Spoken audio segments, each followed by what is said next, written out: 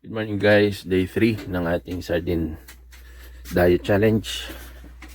Titimbang tayo. Check natin ang ating timbang. 116.3.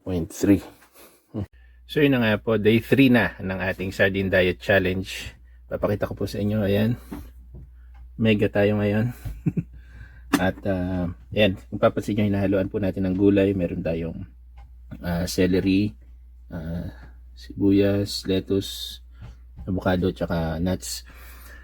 Medyo nire-redefine natin pero hindi pa rin nawawala yung sardine. Wala tayong rice, tuloy-tuloy lang. Ito po yung ating ginagawa ngayon. Oops, straight from the can. Tortillas, avocado, sibuyas.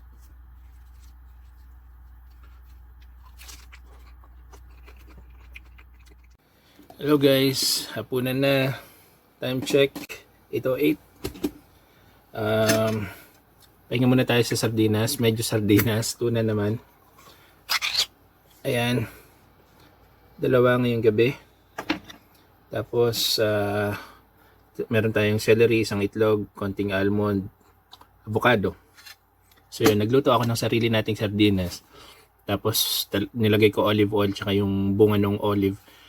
Kaso ang tagal, hindi pa luto, kaya ito inabot na tayo ng gabi. Pero sa diet po na ito, as much as possible, magandang kumain na tayo ng hapunan. Kung kaya 6 or 7 or 5 nga mas maganda kung okay. So after po nito, magtitimbang tayo. Okay, kain po tayo.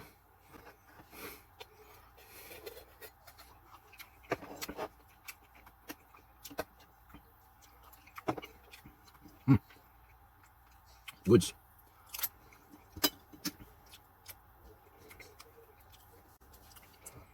Okay, moment of truth, day 3. Timbang na tayo guys.